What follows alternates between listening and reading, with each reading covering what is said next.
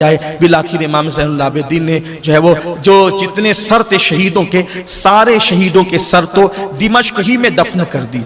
سارے سر دمشق ہی میں دفن کر دیجئے۔ ابھی بھی وہاں پر سروں کے مزارات ہیں۔ ایک روایت تو یہ ہے، دوسری روایت یہ، کیونکہ روایتیں مختلف ہیں، دوسری روایت یہ کہ سروں کے ساتھ چلے اور آپ نے فرمایا ہمیں کربلا لے کر کے چلو، اور پھر آپ کربلا تشریف لے گئے اور سروں کو آپ نے وہاں پر دفن کیا، یہ دوسری روایت ہے۔ اور تیسری روایت ہے کہ سب سروں کو وہیں کربلا میں دفن کیا، لیکن سر امام حسین کو وہ مدینہ منورہ تک لے کر کے گئے، اور پھر اس کے بعد امام زین العابدین نے وہاں قبریں دیکھی، مزارات، جو کیفیت ہوئی ہوگی وہ تو بیان سے باہر ہے، کوئی کیا لکھے کوئی کیا کہے، لیکن لکھنے والوں نے لکھا بھی ہے۔ اللہ کبھی موقع دے گا تو میں کربلا میں جو حسینی لٹا ہوا قافلہ پہنچا تو کیا حال تھا، کیا کیفیت تھی، انشاءاللہ کبھی بیان کروں گا۔ لیکن پھر وہاں پر اصل میں وہ مزارات جو ہیں وہ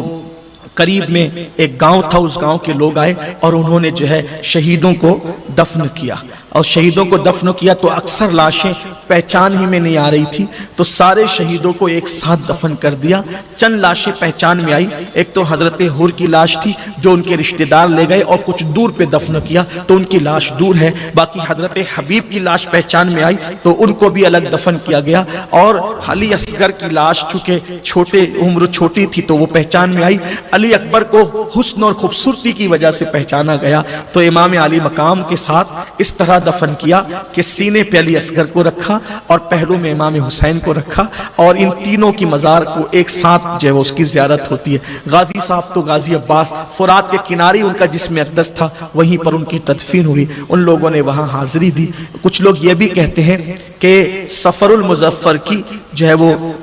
تاریخ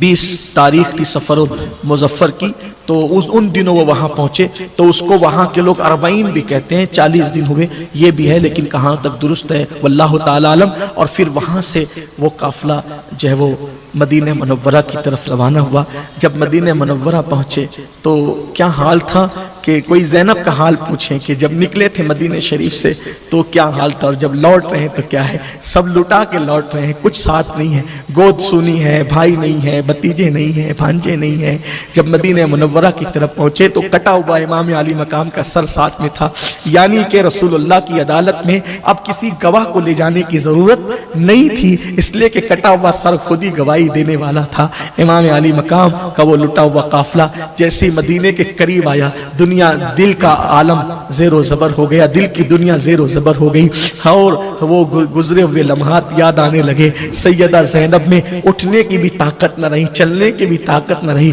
البتہ آپ نے مدینہ منورہ کے باہر چاہے وہ قیام فرمایا اور کہا کہ جاؤ اور جا کر کے اعلان کر دو کہ لٹا ہوا قافلہ مدینے میں آتا ہے۔ حضرت جابر ابن عبداللہ انصاری صحابہ کو اور مدینہ منورہ کے لوگوں کو لے کے استقبال کرنے کے لیے آئے۔ سیدہ زینب نے کہا سب سے پہلے تو ہم اپنے نانا کے گھر جائیں گے، محمد بن حنفیہ، سیدہ سغرا، یہ سب لوگ جو ہے وہ تڑپ تڑپ کر کے، سغرا کہتی تھی کہ بابا کہاں ہے، علی اکبر کہاں ہے، میرا علی اصغر کہاں ہے۔ سیدہ زینب نے جو ہے وہ کسی کو جواب دینے کی بجائے کہا نانا کے دربار میں چلو۔ جیسے ہی روضہ رسول میں پہنچے تو اب تک کے جو صبر و شکیب کا پیکر بنے ہوئے تھے، جیسے ہی نانا کے مزار پر نظر پڑی، مسلمانوں ایک عام امتی 1400 سال کا جب رسول اللہ کی بارگاہ میں حاضر ہوتا ہے تو اس کے صبر کا بندھن ٹوٹ جاتا ہے۔ جب وہ لوگ جو رسول اللہ کے نواسے، بیٹیاں، رسول اللہ کی بہویں جب حضور کے حجرے میں پہنچے تو سیدہ زینب نے کہا، ام کلثوم نے کہا نانا جان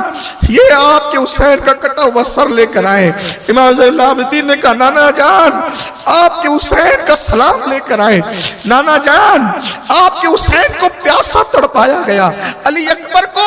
جو ہے وہ اس کے سینے میں نیزہ ڈال کر کے اس کا دل نیزے کی انی پر لایا گیا۔ لوگ چیخ چیخ کر رونے لگے، قیامت سے پہلے قیامت دیکھی لوگوں نے۔ سیدہ زینب نے کہا نانا اللہ اکبر، اے میرے نانا اللہ اکبر، 6 مہینے کے معصوم کی گردن پر تیر چلائے گئے۔ جب یہ باتیں ہو رہی تھی تو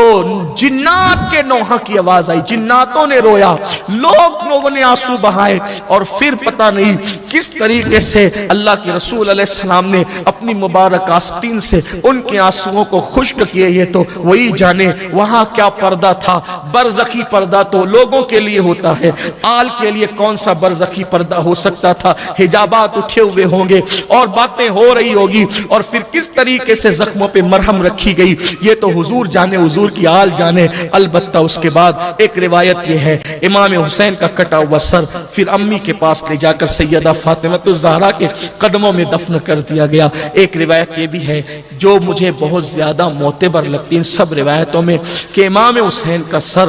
مصر میں موجود ہے، قاہرہ کے اندر، اور اس کے کیا ثبوت ہے انشاءاللہ کسی موقع پہ میں بیان میں اس کو پڑھوں گا۔ اگر ہو سکا تو محرم شریفی کے مہینے میں مرکز پہ جب کوئی پروگرام ہوگا تو اس میں پڑھ دوں گا، اور وہاں پہ کیا کیا کرامتوں کا ظہور ہوا ہے وہ آپ کے سامنے پیش کی جائے گی۔ یہ اختصار کے ساتھ داستان کربلا تھی جو میں نے خدمت اہل بیت کی نیت سے